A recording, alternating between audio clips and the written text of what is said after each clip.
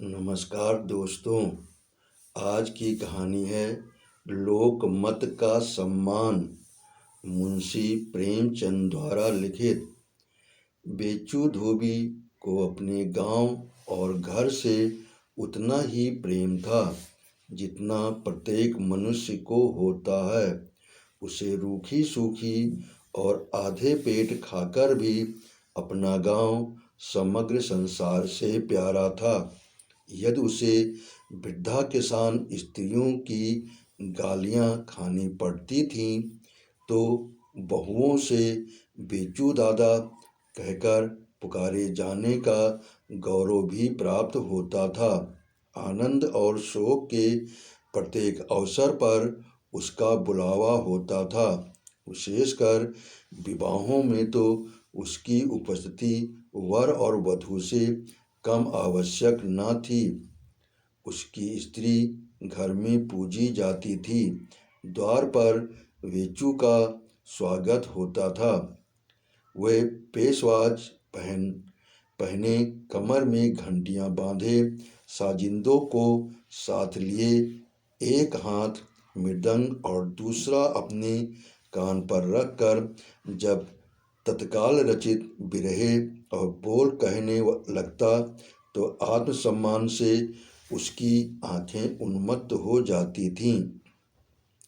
हाँ, धेले पर कपड़े धोकर भी वो अपनी दशा से संतुष्ट रह सकता था, किंतु जमींदार के नौकरों की क्रूरता और अत्याचार कभी कभी इतने असह्य हो जाते थे कि उसका जी गांव छोड़कर भाग जाने को चाहने लगता था। गांव में कारिंदा साहब के अतिरिक्त 5-6 चपरासी थे। उनके सहवासियों की संख्या कम न थी। बेचू को इन सज्जनों के कपड़े मुफ्त धोने पड़ते थे। उसके पास स्त्री न थी। उनके कपड़ों पर इस्त्री करने के लिए उसे दूसरे दूसरे गांव के धोबियों की चिरौरी करनी पड़ती थी। अगर कभी बिना इस्त्री किए ही कपड़े ले जाता तो उसकी शामत आ जाती थी, मार पड़ती। घंटों चौपाल के सामने खड़ा रहना पड़ता। गालियों की वह बौछार पड़ती कि सुनने वाले कानों पर हाथ रख लेते। उधर से गुजरने वाली स्त्रियां लज्जा से सिर झुका लेतीं। जेठ का महीना था। आसपास की ताल तलैया सब सूख गई थीं। बेचू को पहर रात रहते दूर के एक ताल पर जाना पड़ता था। वहाँ भी धोबियों की ओसरी बंधी हुई थी। बेचू की ओसरी 5वें दिन पड़ती थी। पहर रात रहे लादी लाद कर ले जाता, मगर जेठ की धूप में 9-10 बजे के बाद खड़ा न हो सकता। आधी लादी भी न धुल पाती। बिना धुले कपड़े समेट कर घर चला आता। गांव के सरल जजमान उसकी विपत्ति कथा सुनकर शांत हो जाते थे। न जाने न कोई गालियां देता न मारने दौड़ता। जेठ की धूप में उन्हें भी पुर चलाना और खेत गोड़ना पड़ता था। अपने पैरों में विवाय फटी थी, उसकी पीर जानते थे, परंतु कारिंदा महाशय को प्रसन्न करना इतना सहज न था। उसके आदमी नित्य बेचू के सिर पर सवार रहते थे। वे बड़ी गंभीरता से कहते, तू एक एक अठवारे तक कपड़े नहीं लाता, क्या ये भी कोई जाड़े के दिन हैं? आज तक पसीने से दूसरे दिन कपड़े मैले हो जाते हैं, कपड़ों से बू आने लगती है और तुझे कुछ भी परवाह नहीं रहती। बेचू हाथ जोड़कर किसी तरह उन्हें मनाता रहता था। यहाँ तक कि एक बार उसे बातें करते 9 दिन हो गए और कपड़े तैयार न हो सके। धुल तो गए थे पर इस्त्री न हुई थी। अंत में विवश होकर बेचू 10वें दिन कपड़े लेकर चौपार पहुंचा। मारे डर के पैर आगे न उठते थे। कारिंदा साहब उसे देखते ही क्रोध से लाल हो गए। बोले, क्यों बेपाजी, तुझे गांव में रहना है कि नहीं? बेचू ने कपड़ों की गठरी तख्त पर रख दी और बोला, क्या करूं सरकार, कहीं भी पानी नहीं है और न मेरे स्त्री ही है। कारिंदा, पानी तेरे पास नहीं है और सारी दुनिया में है। अब तेरा इलाज करके इसके सिवाय और कुछ नहीं कि गांव से निकाल दूं। शैतान दाई से पेट छिपाता है, पानी नहीं, स्त्री नहीं। बेचू, मालिक गांव आपका है, चाहे रहने दें चाहे निकाल दें, लेकिन ये कलंक न लगाएं। इतनी उम्र आप ही लोगों की खिदमत करते हो गई, पर चाहे कितनी ही भूल चूक हुई हो, कभी नियत बद नहीं हुई। अगर गांव में कोई कह दे कि मैंने कभी ग्राहकों के साथ ऐसी चाल चली है, तो उसकी टांग की राह निकल जाऊं। ये दस्तूर शहर के धोबियों का है, निरंकुशता का तर्क से विरोध है। कारिंदा साहब ने कुछ और अपशब्द कहे। बेचू ने भी न्याय और दया की दुहाई दी। फल ये हुआ कि उसे 8 दिन हल्दी और गुड़ पीना पड़ा।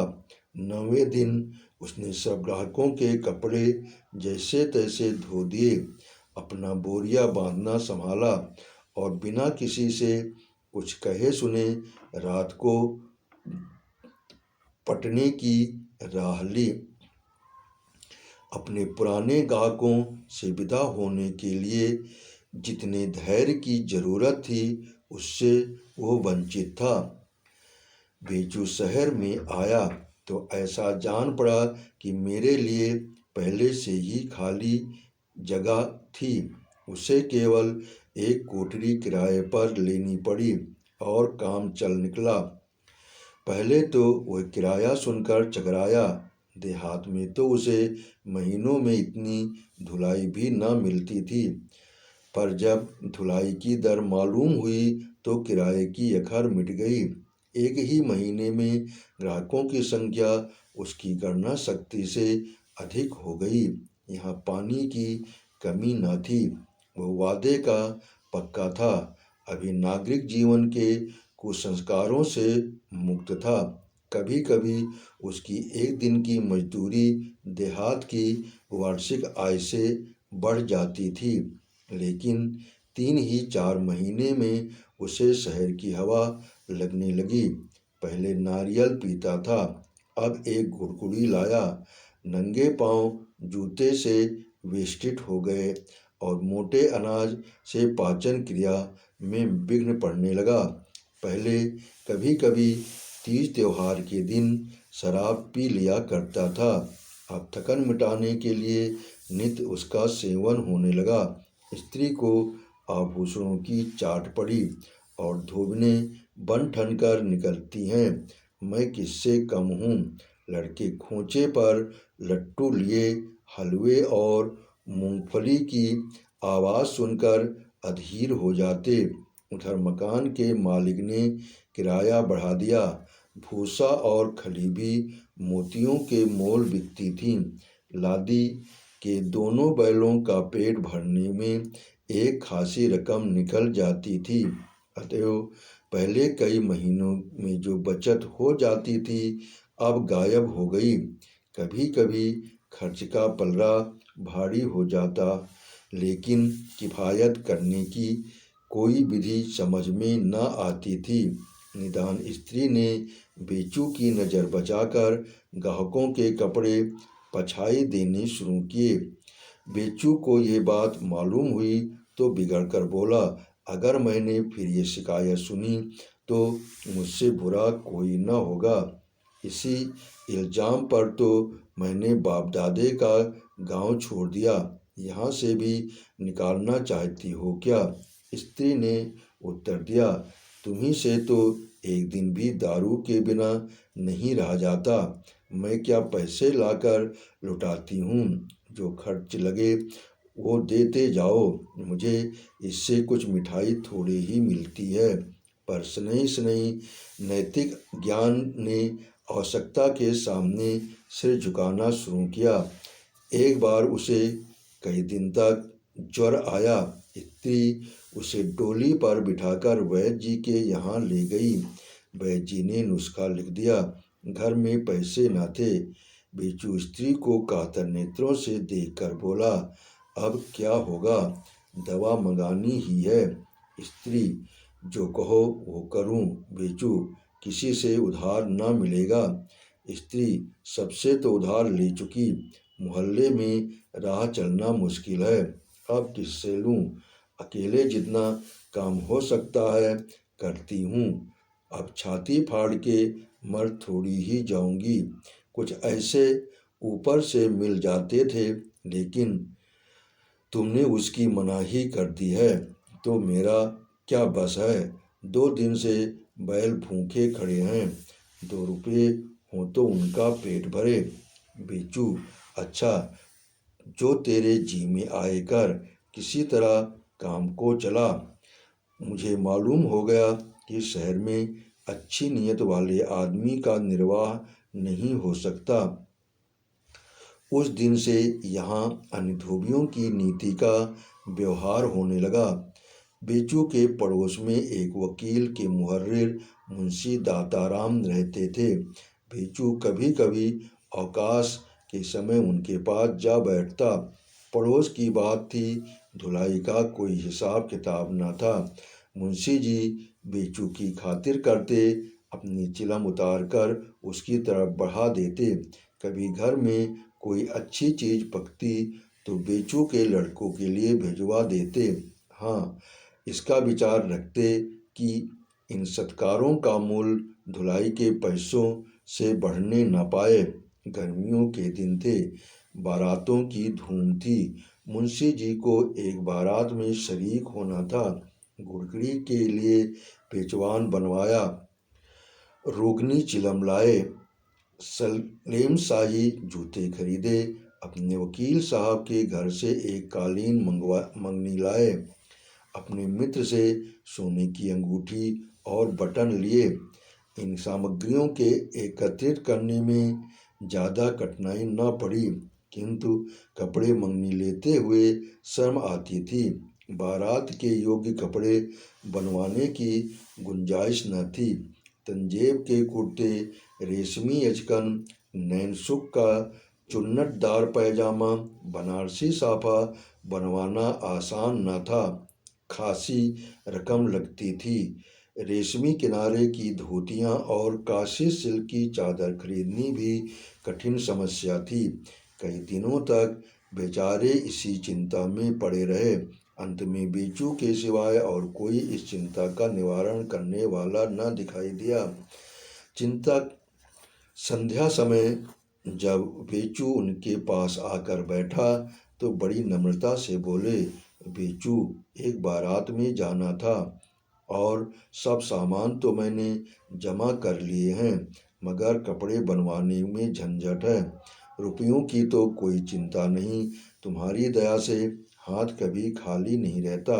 पैसा भी ऐसा है, जो कुछ मिल जाए वो थोड़ा है। एक न एक आँख का अंधा गांठ का पूरा नित फंसा ही रहता है। पर जानते हो, आजकल लग्न की तेजी है। दर्जियों को सिर उठाने की फुर्सत नहीं, दूनी सिलाई लेते हैं, तिस पर भी महीनों दौड़ाते हैं।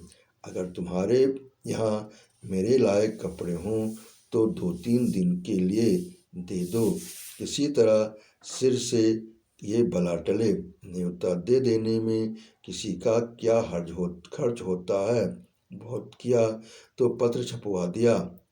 लेकिन लोग ये नहीं सोचते कि बारातियों को कितनी तैयारियां करनी पड़ती हैं, क्या क्या कठिनाइयां पड़ती हैं। अगर बिरादरी में ये रिवाज हो जाता कि जो महाशय निमंत्रण भेजें,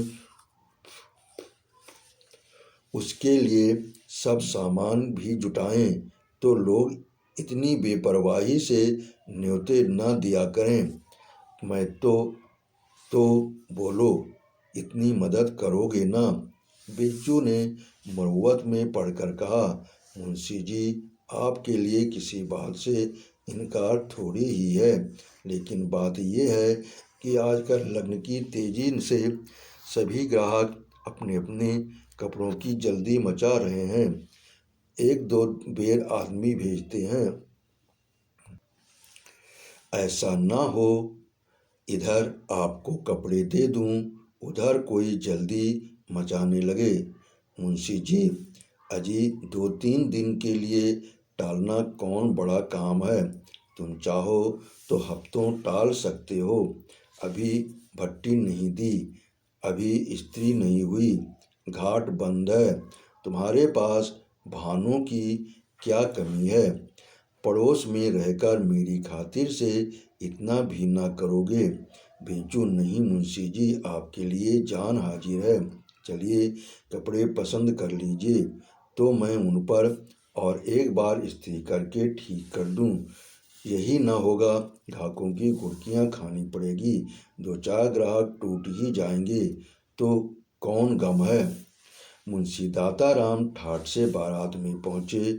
वहां उनके बनारसी सोफे, रेशमी यजकन, रेशमी चादर ने ऐसा रंग जमाया कि लोग समझने लगे ये कोई बड़े रईस हैं। बेचू भी उनके साथ हो लिया था।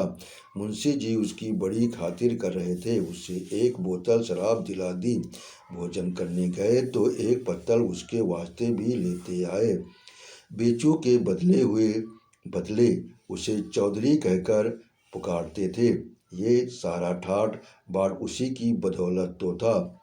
आधी रात गुजर चुकी थी। महफिल उठ गई थी। लोग सोने की तैयारियां कर रहे थे। बेचू मुंशी जी की चारपाई के पास एक चदरा ओढ़े पड़ा था। मुंशी जी ने कपड़े उतारे और बड़ी सावधानी से अलगनी पर लटका दिए। हुक्का तैयार था। लेटकर पीने लगे कि अकस्मात साजिंदों में से एक अताई आकर सामने खड़ा हो गया और बोला, कहिए हजरत, ये अचकन और साफा आपने कहाँ पाया? मुंशी जी ने उसकी ओर सशंक नेत्रों से देखकर कहा, इसका क्या मतलब? अताई, इसका मतलब ये है, ये दोनों चीज़ें मेरी हैं। मुंशी जी ने दुस्साहसपूर्ण भाव से कहा, क्या तुम्हारे ख्याल में रेशमी अचकन और साफा तुम्हारे सिवाय और किसी के पास हो ही नहीं सकता? अताई, तो क्यों नहीं सकता? अल्लाह ने जिसे दिया है वो पहनता है। एक से एक पड़े हुए हैं। मैं किस गिनती में हूँ, लेकिन ये दोनों चीज़ें मेरी हैं। अगर ऐसी अचकन शहर में किसी के पास निकल आए तो जो जरीबाना कहिए दूँ। मैंने उसकी सिलाई 10 रुपये दिए हैं। ऐसा कोई कारीगर ही शहर में नहीं। ऐसी तराश करता है कि हाथ चूम लें। साफे पर भी मेरा निशान बना हुआ है। लाइए दिखा दूं। मैं आपसे महज इतना पूछना चाहता हूँ कि आपने ये चीज़ें कहाँ पाई? मुंशी जी समझ गए कि अब अधिक तर्क वितर्क का स्थान नहीं। कहीं बात बढ़ जाए तो बेइज्जती हो जाए। कूटनीति से काम ना चलेगा। नम्रता से बोले, साहब ये न पूछो, यहाँ इन बातों के रहने कहने का मौका नहीं। हमारी और तुम्हारी इज्जत एक है। बस इतना ही समझ लो कि इसी तरह दुनिया का काम चलता है। अगर ऐसे कपड़े बनवाने बैठता तो इस वक्त सैकड़ों के माथे आती। यहाँ तो किसी की नवेद में शरीक होना था। तुम्हारे कपड़े खराब न होंगे, इसका जिम्मा मेरा। मैं इसकी एहतियात अपने कपड़ों से भी ज़्यादा करता हूँ। अताई, कपड़े की मुझे फिक्र नहीं। आपकी दुआ से अल्लाह ने बहुत दिया है। रईसों को खुदा सलामत रखे। उनकी बदौलत पांचों उंगलियां घी में हैं। ना मैं आपको बदनाम करना चाहता हूँ, आपकी जूतियों का गुलाम हूँ। मैं सिर्फ इतना जानना चाहता हूँ कि कपड़े ये आपने किससे पाए? मैंने बेचू धोबी को धोने के लिए दिए थे। ऐसा तो नहीं हुआ कि कोई चोर बेचू के घर से उड़ा लाया हो, या किसी धोबी ने बेचू के घर से चुरा कर आपको दे दिए हों, क्योंकि बेचू ने अपने हाथ से आपको हरगिज कपड़े न दिए होंगे। वो ऐसा छिछोरापन नहीं करता। मैं खुद उससे इस तरह का मामला करना चाहता था। हाथों पर रुपए रख देता था, पर उससे कभी परवाह न की।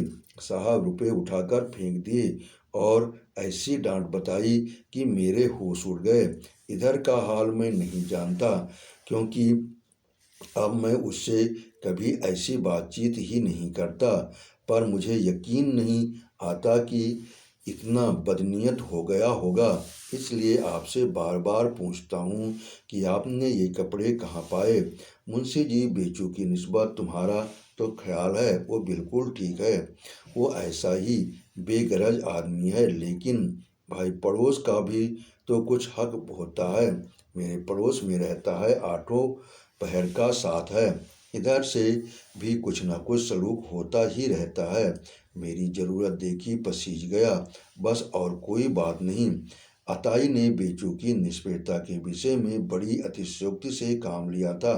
न उसने बेचू के हाथ पर रुपए रखे थे और न बेचू ने कभी उसे डांट बताई थी। पर इस अतिशयोक्ति का प्रभाव बेचू पर उससे कहीं ज़्यादा पड़ा, जितना केवल बात को यथार्थ कह देने से पड़ सकता था।